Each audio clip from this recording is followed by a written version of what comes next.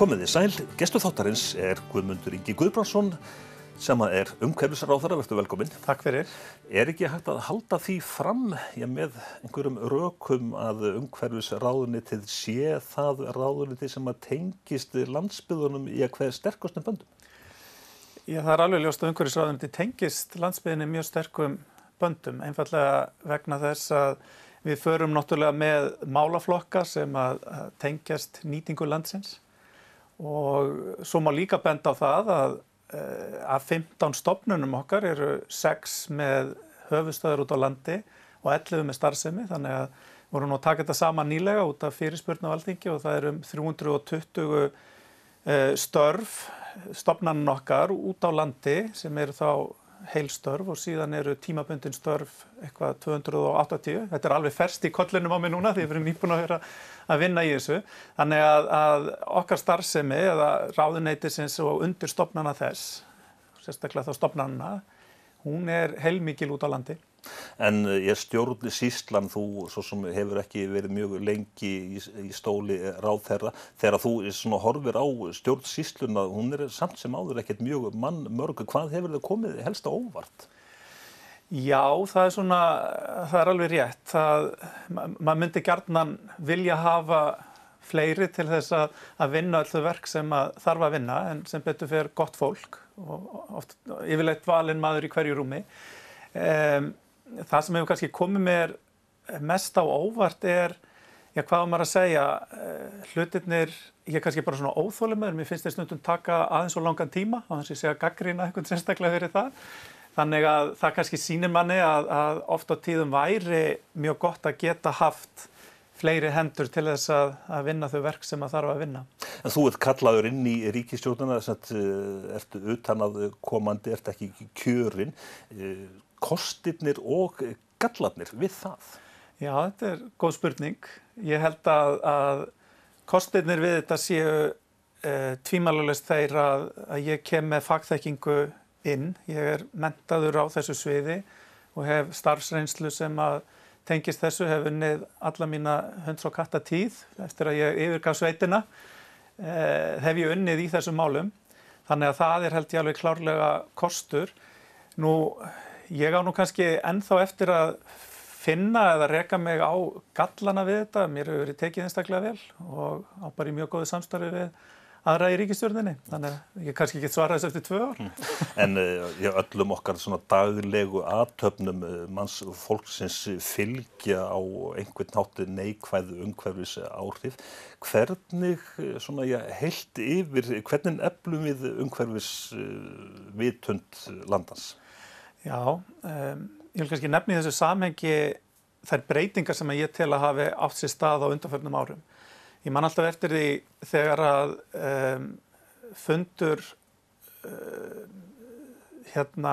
loftslagsfundurinn var haldinn 2009 í Kaupmannahöfn. Ég satt þann fund og þá var þáttur í sjónvarpinu, í Kastljósinu ef man rétt, þar sem var verið að ræða loftslagsmál og það var fenginn einn aðili sem að trúði á loftslagsmál og annar sem trúði ekki á þau. Þarna vorum við stödd árið 2009 þó svo að vísindin séu búin að segja okkur í fjöldamörg ára að loftslagsbreytingar séu að verða í heiminum og þær séu af mannavöldum. 2015 þegar að Parísarsamningurinn, honum var landað í París, þetta gríðarlega mikilvæga samkomulag hvernig við ætlum að bregðast við loftslagsmálum í heiminum, að bara munurinn á þessum árum og áhrifin sem það hafði að ná samningi 2015 sem náðist ekki 2009, held ég að hafi gjörbreytt því hvernig fólk hugsar akkurat það mál. Nú heima líka, þetta þá í öllum heiminum held ég, eða mjög víða í heiminum og ég held að við höfum fundið mjög fyrir því heima.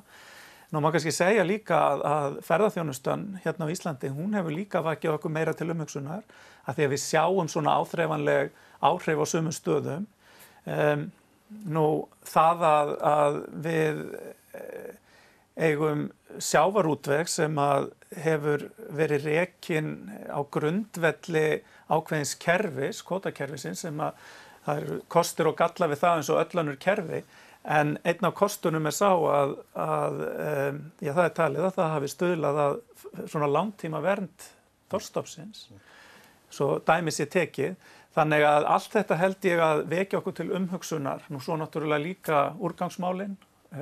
Plastið nú það sem að hefur svona farið fjöllunum hærra núna sem betur fer og mjög margir farnir að taka þátt í svona, hvað við að segja, samfélagið svolítið komið inn í það, eða allir út að hlaupa og tína rusl eða að plokka eins og það kalla. Það eru reknar herferðir það að tína rusl í fjörum og svo framvegis. Þannig að ég held að það hafi mjög margt breyst og líka því ég nefndi nú ferðaþjónustuna svona sko jákvæðu áhrifin einmitt út á landsbyggðinni. Þannig að fólk sér að þetta svona aflvaki fyrir byggðirna hvað varðar bara efnahagsmál.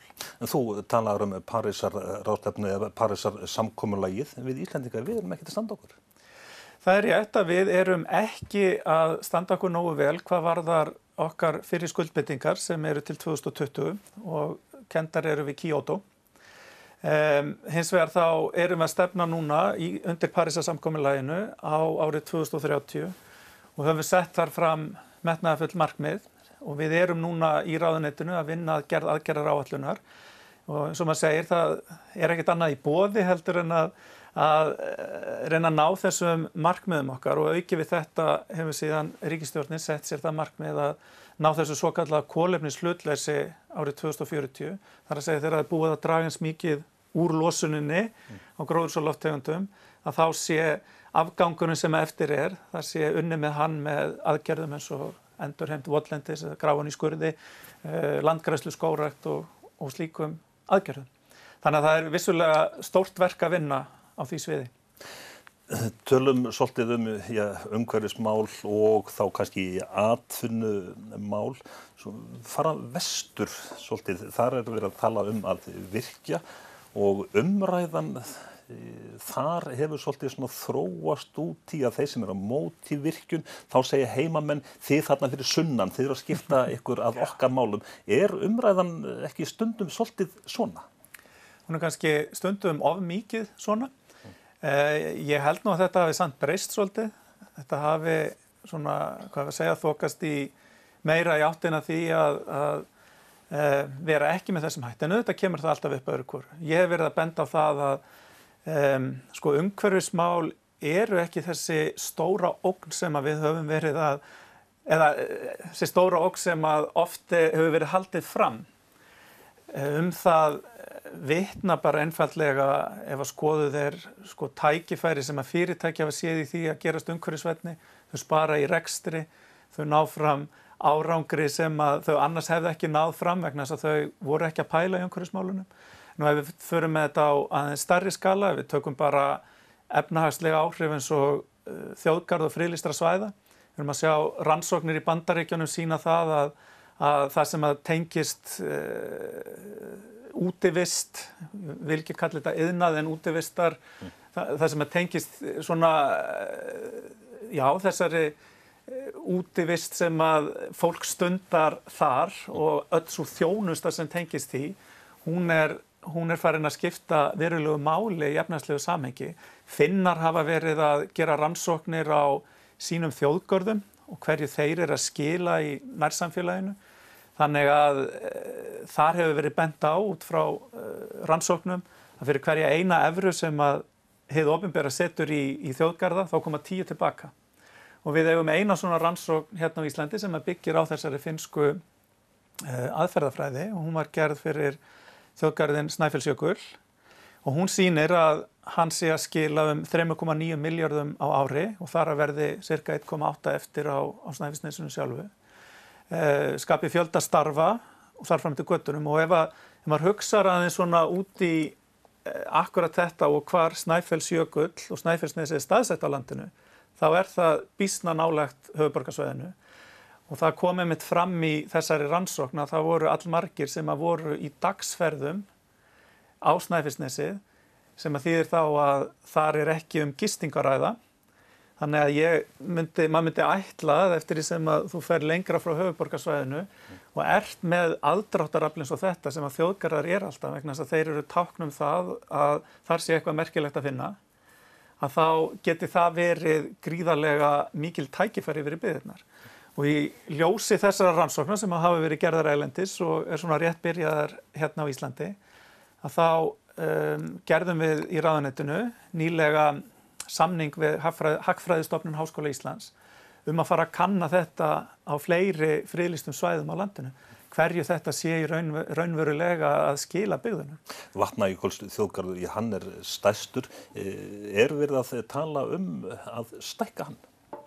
Já, það á verkefnislista ríkisstjórnarinnar að stofna þjóðgarð á miðhálendi Íslands. Og eitt af þeim verkum sem við munum byrja á þar einmitt að skoða hver eru tækifærin sem að felast í þessu, ekki síst fyrir byggðirnar.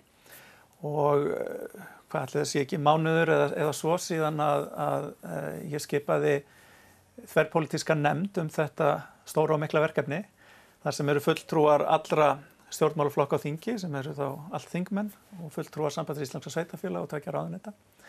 Þannig að þetta er stórt verkefni til að vinna sem að ég held að geti skapað mörg tækifæri fyrir ferðaþjónustu og fleiri út allt land.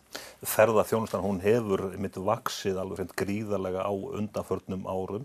Ferðaþjónustan í raun og veru að gera út á íslenska náttúru, getum við sagt að stórum hluta.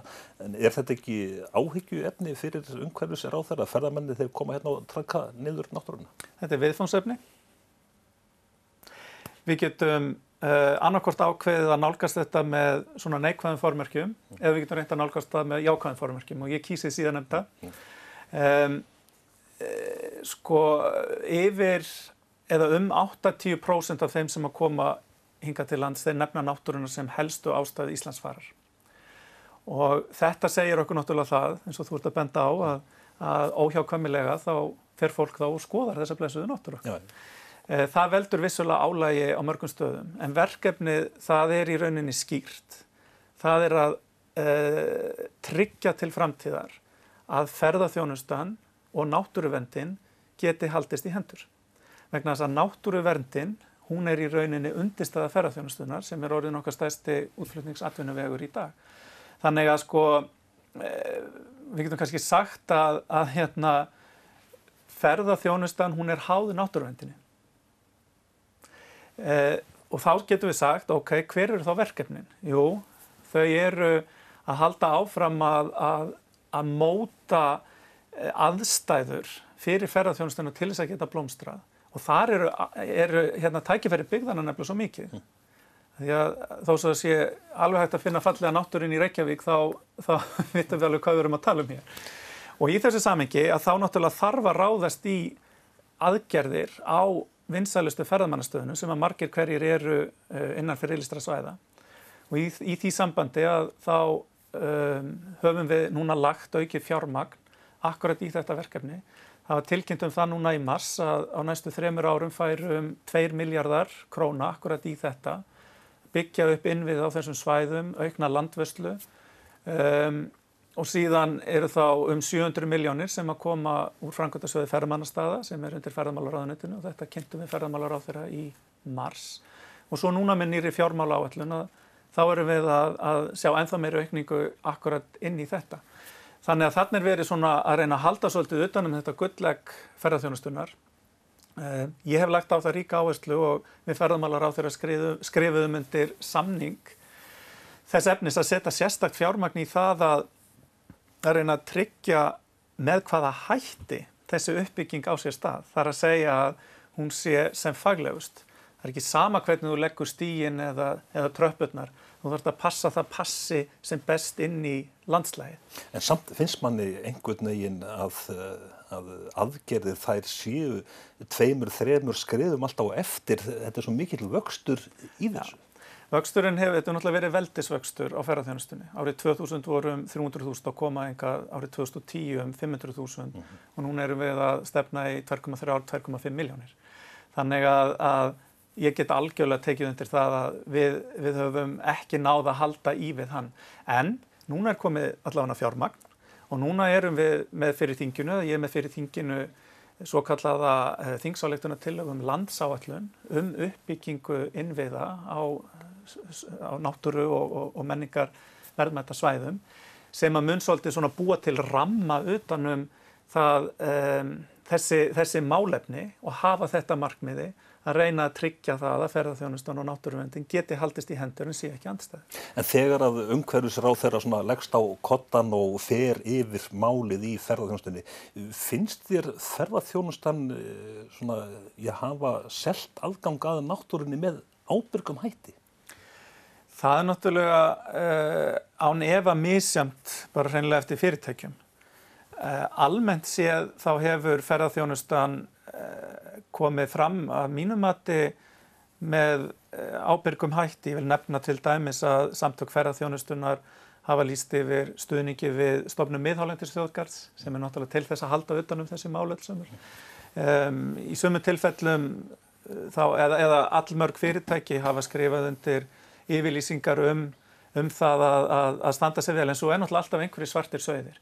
Það hins vegar massinn. Eins og í öllum greinum. Já. Og það náttúrulega bara massinn og þá sérstaklega, þetta svo mikill fjöldi sem að koma, og þá sérstaklega kannski, við sjáum þetta best kannski á Suðurlandi og síðan á svona vinsælustu stöðunum hringinn í kringum landi, að þar eru náttúrulega helstu vandamálin þegar kemur að þessu. Það er kannski ekki vegna þess að viðkomandi fyrirtæki sé svartur sauður. Allavega ég skynjaði þetta svona með þessum hætti. Norrlendingar og sunnlendingar að hluta til líka tala hálendisveg. Hvað segir umhverfisráðherra að malbika yfir hálendið? Sko ég tel að það megi laga marga vegi upp á hálendinu. Sumir þeirra eru í afskaplega lélegu ástandi. En þarna er verið að tala að bara stytta vegalendið. Já. Það sem að ég hef lagt áherslu á er að við horfum til þess að vera með það sem við getum kallað ferðamannavegi. Ekki hraðbrautir, ferðamannaleiðir sem að viðhalda upplifun fólks af því að fara hálendið. Og það er bara eitt af því sem að ferðamenn sem að ferðast hálendið nefna sem mikilvægt atriði, að þeir upplifi sig í einhverri svona ótaminni villtri náttúru. Og það sem að maður óttast við það ef að það koma sko alvöru hraðbrautir, sem sagt bara malbikaður upp yfir vegir sem að ég veit nú ekki hvort að allir séu nú endilega að pæla í þessu samhengi, að það óttast maður að sko þessi upplifun færi. En svo er annað í þessu líka sem að hefur verið bent á, meðal annars af björgunarsveitunum, að ef að verið er að tala til dæmis heilsársvegi, að þá sé þetta meiriháttar áskorun bara út af veðrum og því að fólk væri að fara í slæmu veðrum. Þannig ég held að þurfi nú að huga þessu frá mjög mörgum sjónarhornum. Og eitt af því er náttúrulega að vera með, eitt apparat á öllu miðhálendinu sem við getum haft, þá er ég að tala þjóðgarðinn, til þess að skipuleggja svæði með tilliti til þessara mála, með tilliti til uppbyggingar í ferðaþjónustu og með tilliti til upplifunar fólks, vegna þess að það sem að fólk er að sækja í inn á hálendið, að það er upplifun. Kísilverið á Bakka, tölum svolítið það. Hvað finnst umhverfisráðherra þá starfsemi, sjáum bara kolaskipin koma þarna inn í röðum? Það er ekkert leyndarmál að ég er engin sérstakur áhugamaður mengandi stóriðju. Það viti það flestir sem að þekkja eitthvað til mér. Þannig að kannski svara það spurninguna ágætlega. En þessi verksmiðja,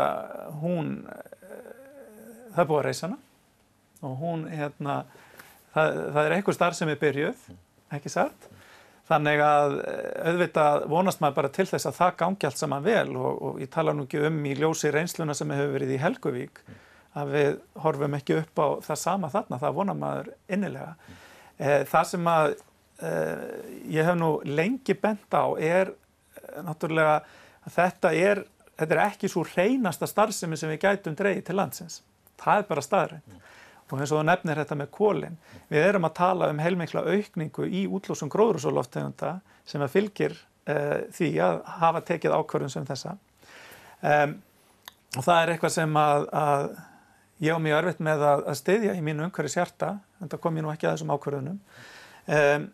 það sem kannski jákvætt það að ég veit ekki til þess að neitt stjórnmálaflokkur á þingi núna sé að horfa til frekari mengandi stóriðju.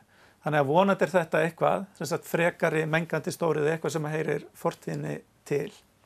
Ég vil jafnframt nefna, því ég nefndi hérna aukningu í útlosun gróðurhúsalofttegunda, að stóriðjan, hún heyrir undir sérstakt kerfi, evrópskt kerfi losunarheimildir, og bara sofna allir áhærendur þegar ég segi þetta. en hérna, sem að þýðir það að þar útdeilt svona ákveðnum, við getum sagt, mengunarheimildum eða kvótum, og smátt á að trappa það niður. Þannig að þessar verksmiðjur, þær þurfa að bregðast við því í framtíðinni.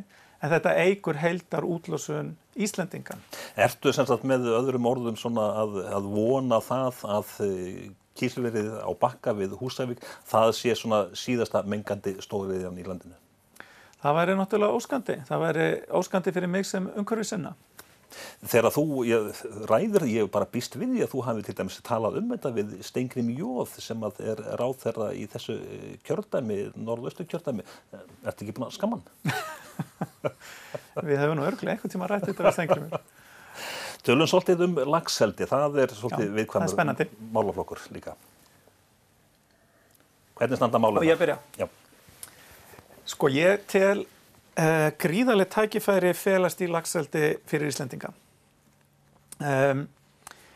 Ég myndi vilja almennt séð, þá þarf að svona svolítið að taka til í þessum málum, og það frumvarp fyrir þinginu sem að sjávarútvegsráðherra með núna, sem að tekur á mörgum þáttum til hins betra.